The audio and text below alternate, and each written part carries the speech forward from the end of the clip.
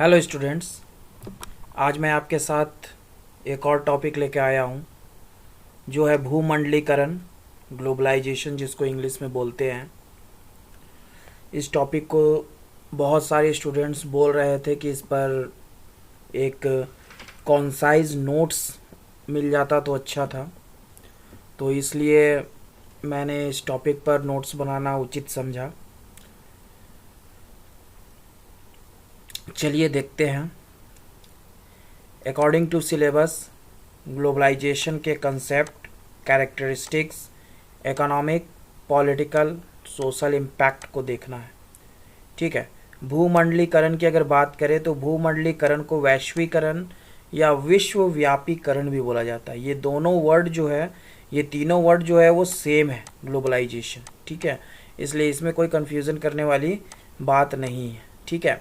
और अभी तक जिस बच्चे ने भी मेरे से बेनिफिट लिया है और उसने मेरा चैनल को नहीं सब्सक्राइब किया है तो कृपया सब्सक्राइब कर दो, लाइक करो मेरे हर वीडियो को, कमेंट ज़रूर करना कि आप किस कॉलेज से, किस जगह से इस वीडियो को देख रहे हो, और अपने दोस्तों के साथ शेयर ज़रूर करो क्योंकि आप लोगों का सपोर्ट मुझे उतना नहीं मिल पा रहा है। मेरे वीडियोस पर सपोर्ट नहीं आ पा रहा है आप लोगों का, तो ज़्यादा से ज़्यादा शेयर करो ताकि मुझे भी सपोर्ट मिले और मैं भी आप लोगों के लिए अच्छे अच्छे वीडियोस सारे टॉपिक्स पर जो है सो ला सकूं।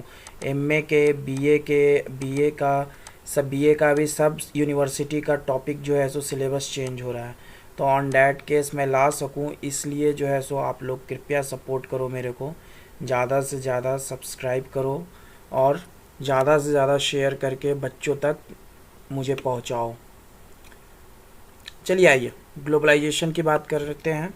और मैं मजाक बीच बीच में नहीं कर सकता हूँ और टीचरों की जैसा कि मेरा चैनल वायरल हो जाए या फिर ये सब करने के लिए, क्योंकि मैं एक एकेडमिक टीचर हूँ और मैं एकेडमिक ही पढ़ाता हूँ, तो उसमें मजाक नहीं कर सकता। तो इसलिए आप लोग भी सीरियसनेस को समझते हुए कृपया सपोर्ट करो मेरे को। ठीक है। और कमेंट बॉक्स में ज़रूर लिखना वीडियो कैसा लगा, फीडबैक ज़रूर देते रहना और वीडियो को लाइक ज़रूर करना, शेयर करना और सब्सक्राइब ज़रूर करना बच्चों। ठीक है। इंट्रोडक्शन, भूमिका की बात करें अगर हम लोग, तो भूमंडलीकरण या वैश्वीकरण दुनिया की अर्थव्यवस्थाओं, संस्कृतियों और आबादी के बढ़ते परस्पर निर्भरता का वर्णन करने के लिए उपयोग किया जाने वाला शब्द है। ठीक है।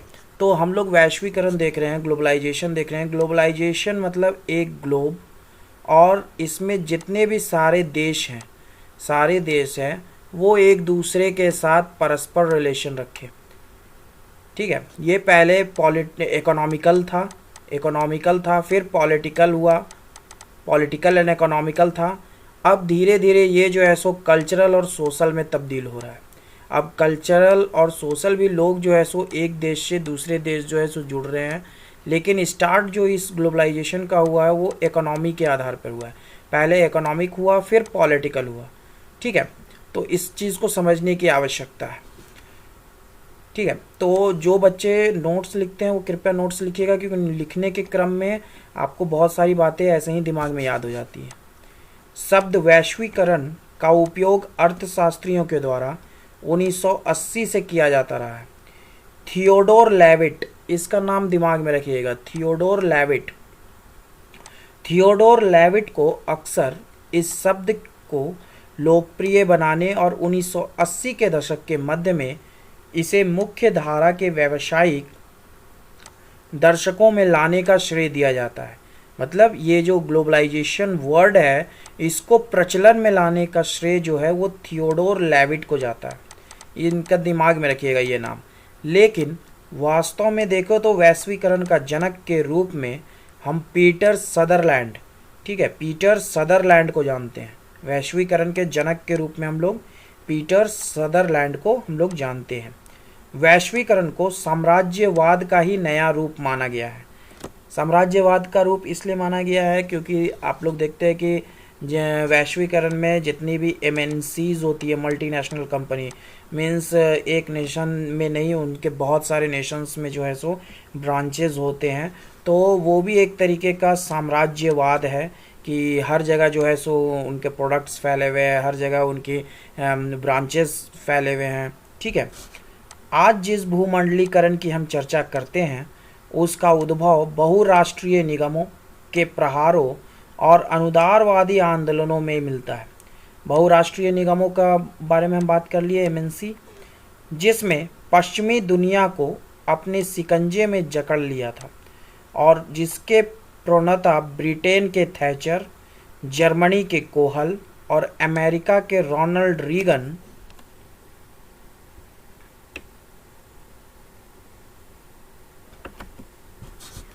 थे। बहुराष्ट्रीय निगम और बैंक पर दुनिया में अपने चरण बढ़ाने लगे और पूंजी एवं मुद्रा पर लगे नियंत्रणों को तोड़ते हुए विनिवेश और व्यापार के लिए मुक्त द्वार का नारा बुलंद करने लगे। उनका तर्क था कि मुक्त बाजार से विकास दर में वृद्धि होगी। उन्होंने विश्व व्यापार संगठन का निर्माण किया और बीजोन्मुख मुक्त अर्थव्यवस्था को आगे बढ़ाने के लिए अंतर्राष्ट्रीय मुद्रा कोष एवं विश्व बैंक की भूमिका में इस प्रकार बदलाव की अपेक्षा की ताकि वे वाशिंगटन सर्वानुमति को आगे बढ़ा सकें। ठीक है, अगर हम लोग आईएमएफ की बात करें, आईएमएफ और वर्ल्ड बैंक, तो आप लोग जैसा कि जानते हैं कि ब्रेटन वुड्स कॉन्फ्रेंस हुआ था। ब्रेटन वुड्स कॉन्फ्रेंस आपका हुआ था 1944 में, और उसका परिणाम आपका ये दो है। ठीक है, इसको दिमाग में रखिएगा, ये बहुत बार यूजीसी के एग्ज़ाम्स में जो है सो पूछा गया है ब्रेटन वुड्स कॉन्फ्रेंस के बारे में। माइकल स्पेंस के शब्दों में, globalisation is the process by which markets integrate world wide. वैश्वीकरण वह प्रक्रिया है जिसके द्वारा बाजार दुनिया भर में एकीकृत होते हैं।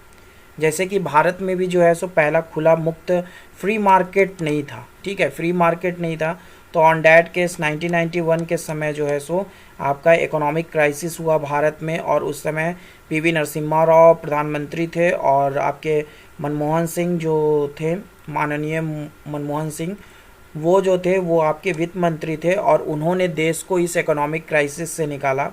मेनली हम लोग जानते हैं ये इंट्रोडक्शन को एलपीजी शॉर्ट फॉर्म में। ठीक है, क्योंकि एलपीजी सबको याद रहता है इसलिए एलपीजी के फॉर्म में जानते हैं। L for liberalisation, P for privatisation and G for globalisation. ठीक है, इस 3 पॉलिसी को अपनाया गया और भारत को जो है सो इकोनॉमिक क्राइसिस से जो है सो 1991 में निकाला गया था। अब हम लोग बात करते हैं कंसेप्ट ऑफ ग्लोबलाइजेशन के बारे में, वैश्वीकरण की अवधारणा के बारे में। बच्चों कमेंट जरूर करना, वीडियोस को लाइक जरूर करना और शेयर जरूर करना। बहुत मुश्किल से ये वीडियोस बनाता हूँ मैं। भूमंडलीय वैश्वीकरण एकरूपता एवं समरूपता की वह प्रक्रिया है जिसमें संपूर्ण विश्व सिमट कर एक हो जाता है। एक देश की सीमा से बाहर अन्य देशों में वस्तुओं सेवाओं का लेन देन करने वाले अंतर्राष्ट्रीय निगमों अथवा बहुराष्ट्रीय निगमों के साथ देश के उद्योगों की संबद्धता भूमंडलीकरण है। ठीक है, मतलब कि लेबर आज यहाँ से जो है सो भारत से आईटी कंपनीज जो है वो अमेरिका के कंपनीज को कंट्रोल करती है, यहाँ से लोग जो है सो कंट्रोल करते हैं। ठीक है, कतिपय विद्वानों के अनुसार पूरी दुनिया को एक भूमंडलीय गांव यानी ग्लोबल विलेज के रूप में मानने की अवधारणा ही वैश्वीकरण अथवा भूमंडलीकरण है। सामान्यतः इसमें कुछ तत्व सम्मिलित होते हैं। पहला, संसार के विभिन्न देशों में बिना किसी अवरोध के विभिन्न वस्तुओं का आदान प्रदान संभव बनाने के लिए व्यापार अवरोधों को कम करना। ठीक है, जैसे कि आप जानते हैं कि अगर 2 देश के बीच में मित्रता है तो ऑन डैट के जो ट्रेड टैक्स होते हैं वो भी जो है सो कम होते हैं, या फिर बहुत सारे देशों के साथ जो है सो लगता ही नहीं है, तो ऑन डैट केस प्रोडक्ट जो है वो सस्ता हो जाता है वहाँ के नागरिकों के लिए। सेकंड, पॉइंट्स जितने भी मैंने बनाए हैं पॉइंट्स को मिस नहीं करना एग्ज़ाम में, एग्जामिनेशन में पॉइंट्स इंपॉर्टेंट है, और ये जो मैंने 1 2 3 करके पॉइंट्स बनाए हैं इनको भी अलग से दिमाग में रखिएगा, याद कर लीजिएगा।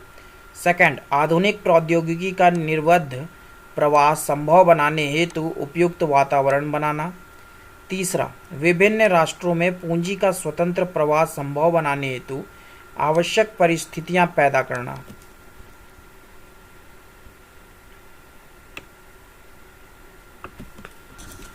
फोर्थ, संसार के विभिन्न देशों में श्रम का निर्बाध प्रवाह संभव बनाना।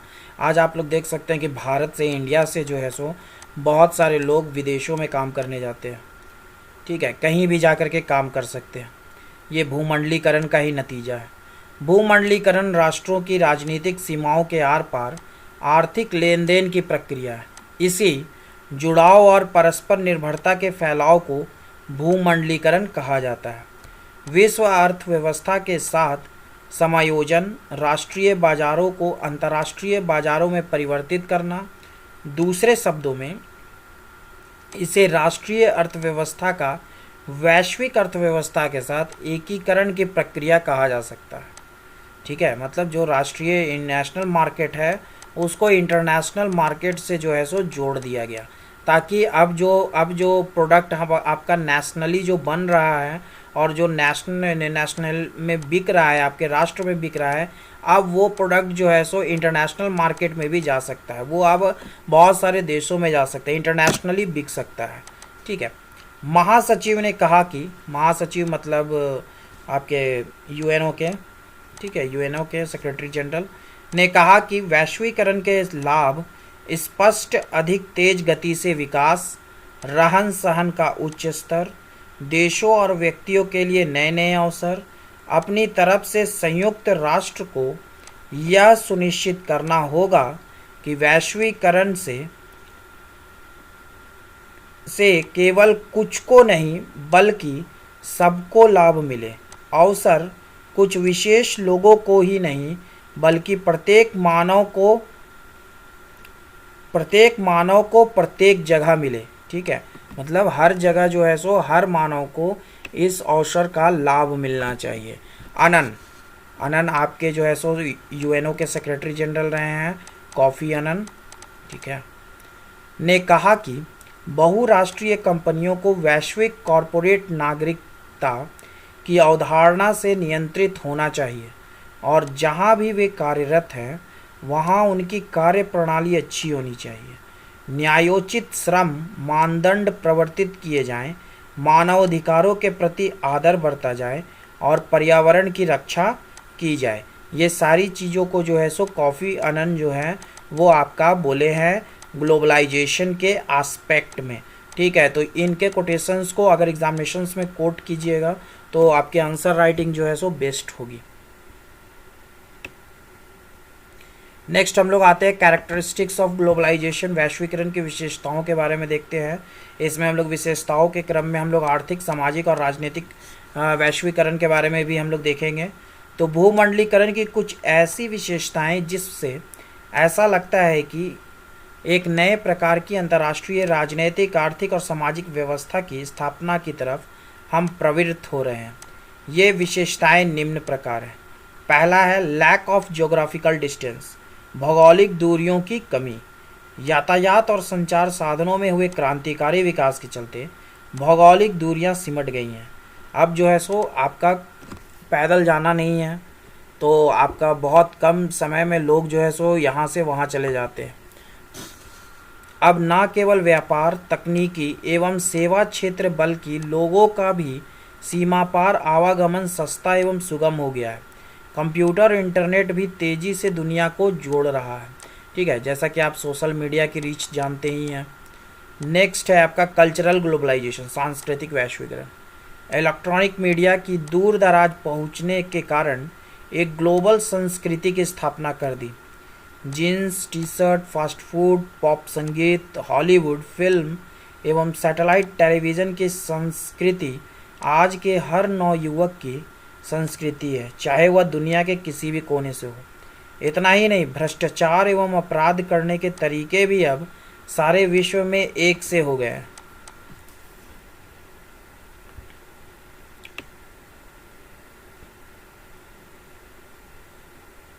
थर्ड, इकोनॉमिक ग्लोबलाइजेशन, आर्थिक वैश्वीकरण। श्रम बाजार विश्वव्यापी हो गया है। ठीक है, श्रम बाजार विश्वव्यापी हो गया है। अब एमएनसीज को जो है वो जहाँ से चीप लेबर्स मिलते हैं वो वहाँ से चीप लेबर्स ले करके दूसरे देशों में जो है सो प्रोवाइड कर देता है। लोग एक देश से दूसरे देश में रोजगार की दृष्टि में प्रवशित हो रहे हैं और यह संख्या समय के साथ बढ़ता जा रहा है।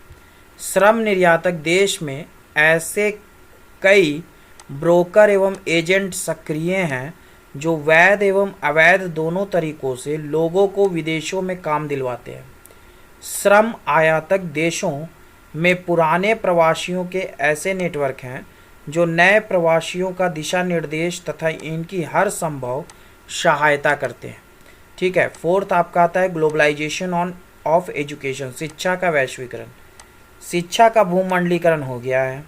अमेरिका जैसे औद्योगिक देशों में उच्च शिक्षा प्राप्त करने जो विदेशी विद्यार्थी जाते हैं उनमें से अधिकांश वहीं रह जाते हैं। दूसरी तरफ आज अनेक विकासशील देशों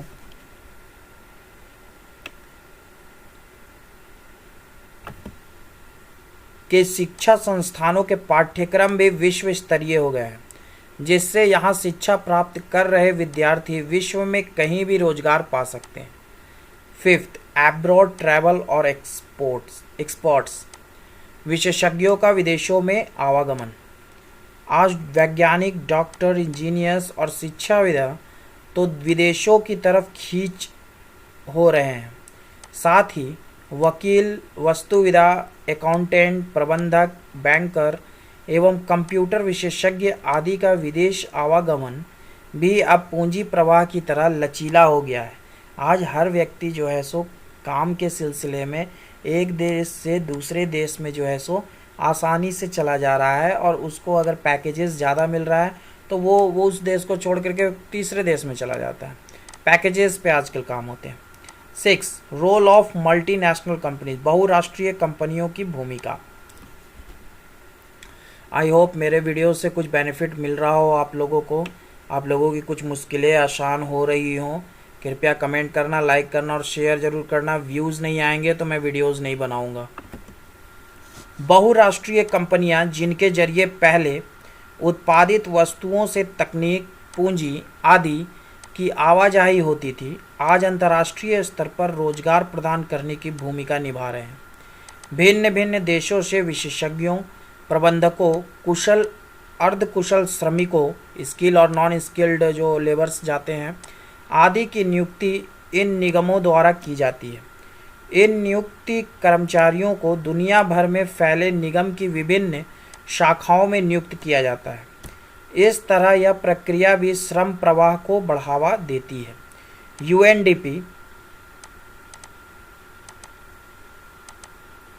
यूएनडीपी की ह्यूमन डेवलपमेंट रिपोर्ट में भूमंडलीकरण के 3 कर्ताओं का उल्लेख किया गया है। प्रथम है विश्व व्यापार संगठन, जो सदस्य देशों की राष्ट्रीय सरकारों के ऊपर अपना वर्चस्व एवं प्रभुत्व रखता है।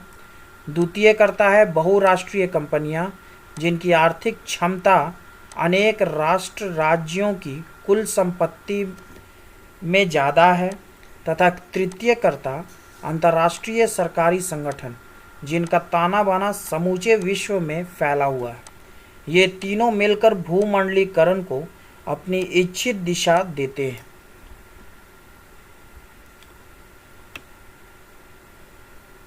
7, lack of ideology and struggle, विचारधारा एवं संघर्ष का अभाव। वैश्वीकरण की यह मान्यता है कि विश्व में विशेष विचारधारा का अस्तित्व नहीं है।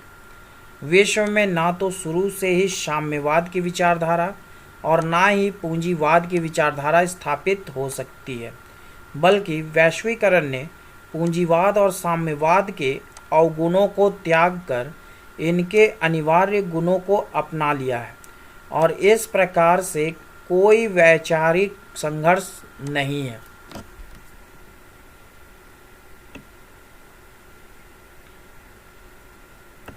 आठवां देखते हैं, एंड ऑफ पावर ग्रुप, शक्ति गुट का अंत। वैश्वीकरण का यह भी लक्षण है कि इसमें किसी प्रकार का कोई शांति गुट नहीं है। यह शीत युद्ध अथवा गुटों की व्यवस्था नहीं है, बल्कि यह एक ऐसी संरचनात्मक प्रक्रिया है जिसमें प्रत्येक राष्ट्र का भाग है। वॉर्सो पैक्ट के अंत में शांति गुटों के स्थान पर सामूहिक सुरक्षा की प्रणाली को जन्म दिया है। ठीक है, सामूहिक सुरक्षा, कलेक्टिव सिक्योरिटी, आप लोग पढ़े ही हैं इसके बारे में, कलेक्टिव सिक्योरिटी के बारे में। विनोबा भावे के स्टूडेंट हो तो आप लोग सेकेंड सेमेस्टर पीजी में पढ़े हो। वार्सो पैक्ट के देश अपनी सुरक्षा के लिए नाटो पर ही निर्भर है। 9th, इकोनॉमिक कॉपरेशन, आर्थिक सहयोग। वैश्वीकरण ने प्रायः राष्ट्रों को अधिक से अधिक आर्थिक सहयोग के लिए प्रेरित किया है।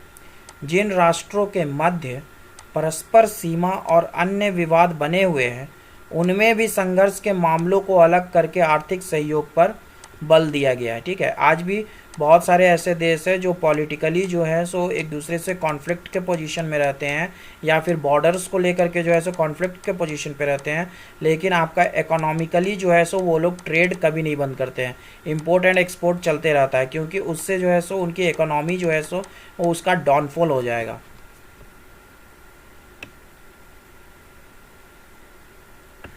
टेन देख लेते हैं। नेशनल बाउंड्रीज डोंट मैटर, राष्ट्रीय सीमाओं का महत्व नहीं।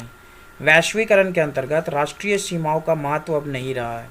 व्यक्तियों और वस्तुओं के आवागमन पर प्रतिबंधों का अभाव देखने को मिलता है। 11th, नीड्स ऑफ ग्लोबलाइजेशन, वैश्वीकरण की आवश्यकताएं। वैश्वीकरण एक ऐसी प्रक्रिया है जिसके संचालन एवं नियमन के लिए पूंजी, व्यापार और सूचना के मुक्त आदान प्रदान तथा स्थानीय और राष्ट्रीय बाजारों के उदारीकरण की न्यूनतम आवश्यकताओं पर जोर दिया गया है। 12th, इंफॉर्मेशन टेक्नोलॉजी, सूचना तकनीक। वैश्वीकरण में हमें सूचना तकनीक का अधिक महत्व देखने को मिलता है। राष्ट्र इस बात के लिए प्रयत्नशील है कि वे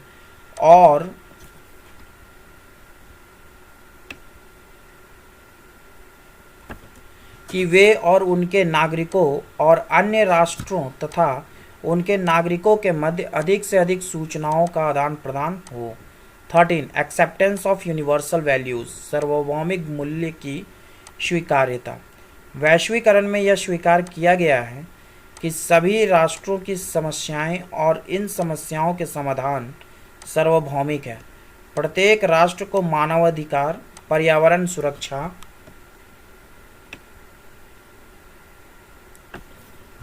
नारीवाद, बाल कल्याण, उदारीकरण, मुक्त व्यापार, प्रौद्योगिकी, उच्च तकनीक जैसे सार्वभौमिक मूल्यों को स्वीकार करना चाहिए। 14th, globalisation and group 7। यद्यपि वैश्वीकरण प्रायः कमोबेश सभी राष्ट्रों के द्वारा प्रत्यक्ष अथवा परोक्ष रूप से स्वीकार किया गया है, लेकिन वैश्वीकरण के सबसे बड़े समर्थक देश America, Britain, Germany, Italy, France, Canada और जापान G7 को माना गया है।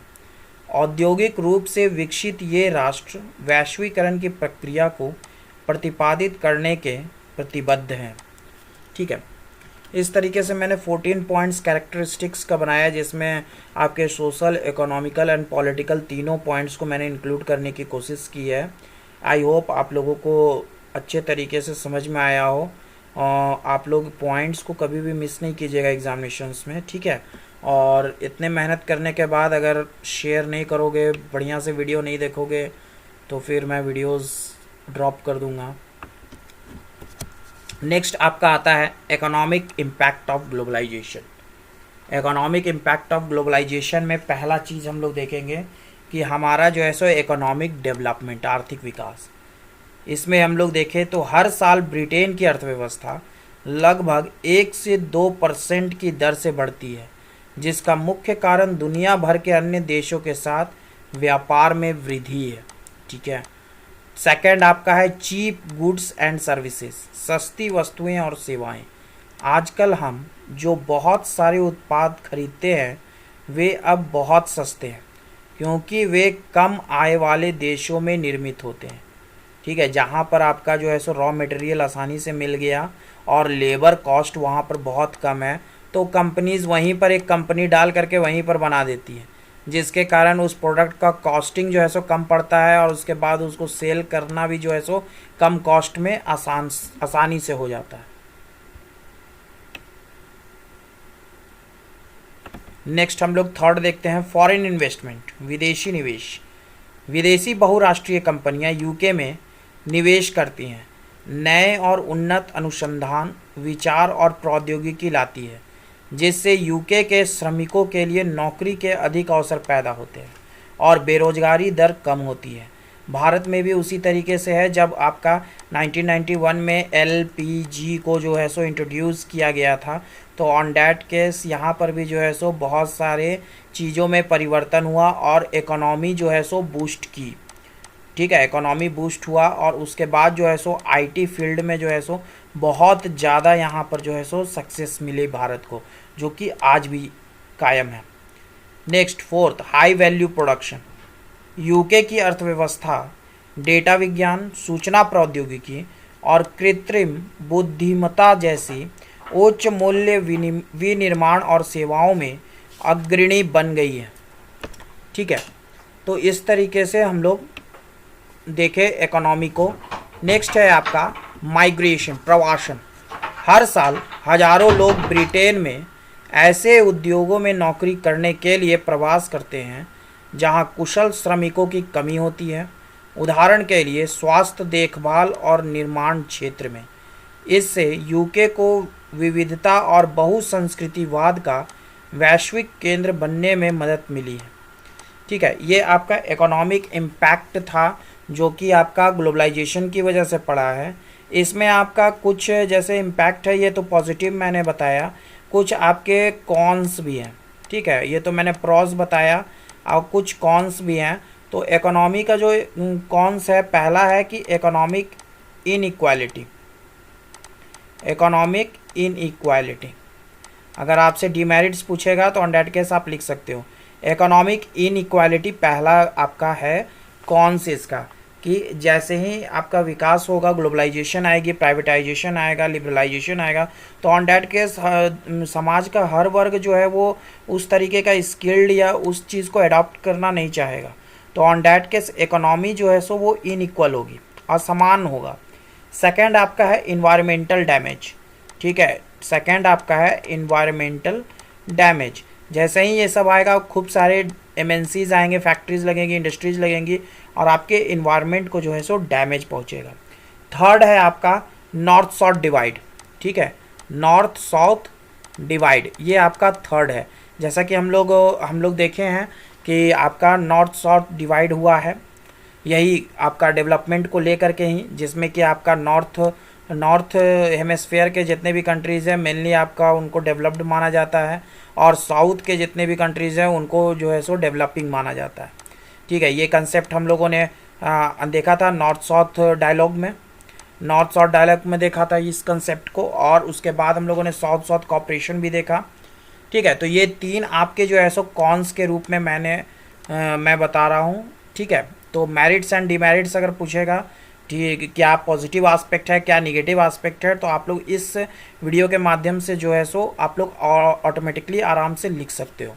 नेक्स्ट हम लोग पॉलिटिकल इम्पैक्ट ऑफ ग्लोबलाइजेशन के बारे में देखते हैं कि पॉलिटिकल इम्पैक्ट क्या होता है ग्लोबलाइजेशन का।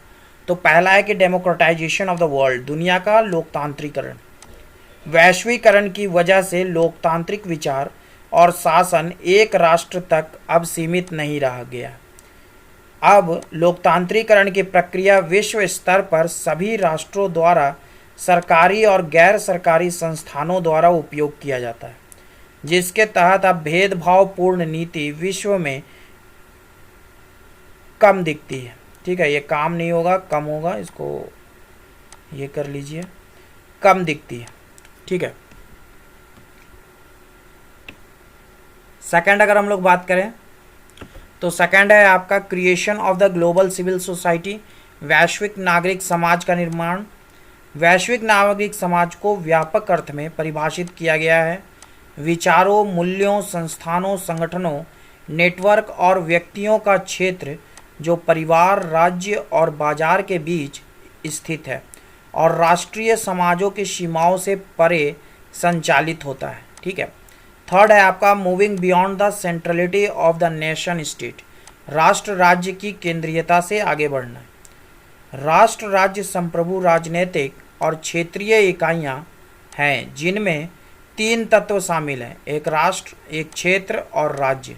इसलिए वैश्वीकरण की विचारधारा को राष्ट्र या राष्ट्र राज्य के साथ भ्रमित नहीं किया जा सकता है, क्योंकि ग्लोबलाइजेशन जो है इससे बहुत ऊपर है। ना ये किसी रीजन में स्पेसिफाइड है, ना ये किसी स्टेट में स्पेसिफाइड है, ना ये किसी नेशन में स्पेसिफाइड है, ये इंटरनेशनल है। ठीक है, नेक्स्ट हम लोग बात करेंगे, तो हम लोग बात करेंगे सोशल इम्पैक्ट ऑफ ग्लोबलाइजेशन के बारे में।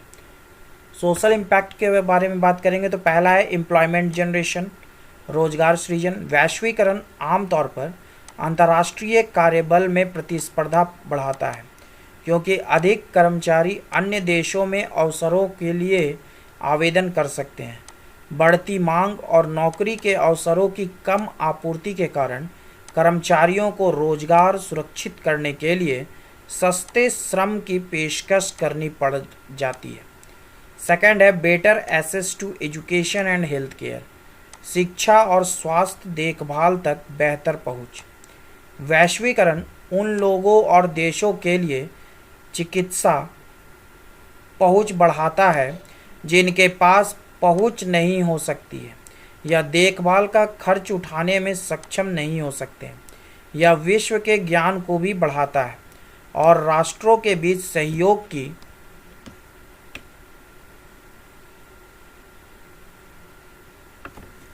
अनुमति देता है।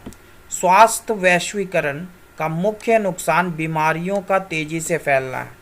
ठीक है, स्वस्थ वैश्वीकरण का मुख्य नुकसान क्या है? बीमारियों का तेजी से फैलना, क्योंकि हर नेशन में जो है सो आपका अगर कोई बीमारी फैल रही है तो ऑन डैट केस ग्लोबलाइजेशन के माध्यम से जो है सो वो बीमारी पूरी दुनिया में जो है सो फैल सकती है। इसका जीता जागता एग्जाम्पल जो है सो अभी हम लोग कोरोना को देखे हैं कि कोरोना कितनी तेजी से जो है सो सारे विश्व के सारे देशों में जो है सो फैला था। नेक्स्ट हमारा आता है क्राइम रेट रिडक्शन, अपराध दर में कमी। डॉक्स कॉमर्स तर्क के अनुरूप हम पाते हैं कि बढ़ते वैश्वीकरण के परिणाम स्वरूप पिछली आधी सदी के दौरान अंतर्राष्ट्रीय हत्या दर में कमी आई है, और ये गिरावट कम जीडीपी उच्च असमानता वाले देशों के लिए सबसे बड़ी है। फोर्थ है आपका एनवायरमेंटल प्रोटेक्शन एफर्ट्स, पर्यावरण संरक्षण के प्रयास। पर्यावरणीय वैश्वीकरण में योगदान देने वाली आधुनिक पहलों में 1972 में मानव पर्यावरण पर संयुक्त राष्ट्र सम्मेलन शामिल है, जो विश्व बैंक की 1980 की आवश्यकताओं से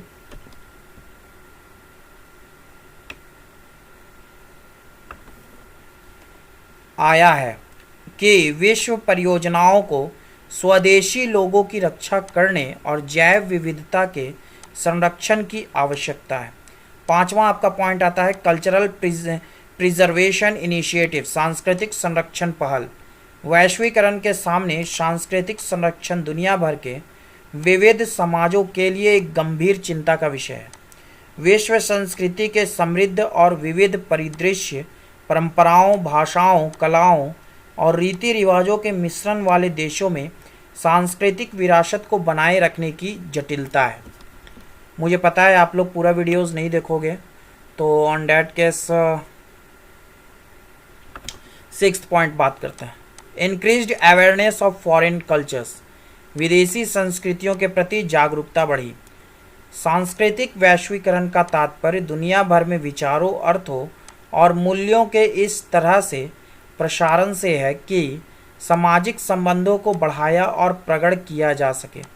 यह प्रक्रिया उन संस्कृतियों के सामान्य उपभोग द्वारा चिन्हित है जो इंटरनेट, लोकप्रिय सांस्कृतिक मीडिया और अंतर्राष्ट्रीय यात्रा द्वारा फैली हुई है। नेक्स्ट है आपका कॉन्क्लूजन, निष्कर्ष। निष्कर्ष के बारे में देखते हैं हम लोग। वैश्वीकरण देशों के तीव्र एकीकरण की प्रक्रिया है। यह 20वीं सदी के अंत में दुनिया भर में हुए एक बड़ा बदलाव है। इसके आर्थिक, राजनीतिक और सांस्कृतिक आयाम भी हैं। विशाल धन और शक्ति वाले बहुराष्ट्रीय निगमों द्वारा नियंत्रित व्यापार और निवेश के माध्यम से बाजारों और उत्पादन का एकीकरण वैश्वीकरण के वर्तमान चरण की एक पहचान है। ठीक है, इसमें हम लोगों ने देखा है बहुत सारे पॉइंट्स को। इसमें से आप आसानी से जो है सो मेरिट्स और डीमेरिट्स अगर एग्ज़ाम में पूछा जाएगा तो आप ऑटोमेटिकली निकाल लीजिएगा। लेकिन अगर हम लोग डीमेरिट्स की अलग से बात करें तो इसमें आपका भेदभावपूर्ण नीति, इसको अगर अलग से आप लिख सकते हैं कॉपी में तो अलग से लिख लीजिए। 2-3 पॉइंट्स मैं बता देता हूँ डीमेरिट्स को लेकर के। पहला डीमेरिट, इकोनॉमी में तो आपको कॉन्स मैंने बताया था इकोनॉमिक वाले में, उसको वहाँ पर दिमाग में रखिएगा। और उसके बाद और डीमेरिट्स अगर लिखना होगा तो भेदभावपूर्ण व्यवस्था पहला है, भेदभावपूर्ण व्यवस्था। सेकंड है आपका प्रवासियों के प्रति नकारात्मक धारणा। थर्ड है आपका आय वितरण की असमानताओं में वृद्धि। ये 3 पॉइंट्स को अलग से रखिएगा। और बाकी मैंने इकोनॉमिक इम्पैक्ट में आपका बताया है आपका कॉन्स के बारे में, ठीक है। तो इस तरीके से इस वीडियो को मैं अंत करता हूँ। अगर बेनिफिट मिला हो तो सब्सक्राइब सपोर्ट ज़रूर करो। सपोर्ट नहीं करोगे तो फिर मैं टॉपिक्स बनाना बंद कर दूँगा चैनल पर, फिर मैं चैनल बंद कर दूँगा, ठीक है। Thank you for watching my videos. पूरा वीडियोज़ देखना आप लोग, ठीक है। और कुछ बेनिफिट मिलेगा तो सपोर्ट ज़रूर करना। Thank you very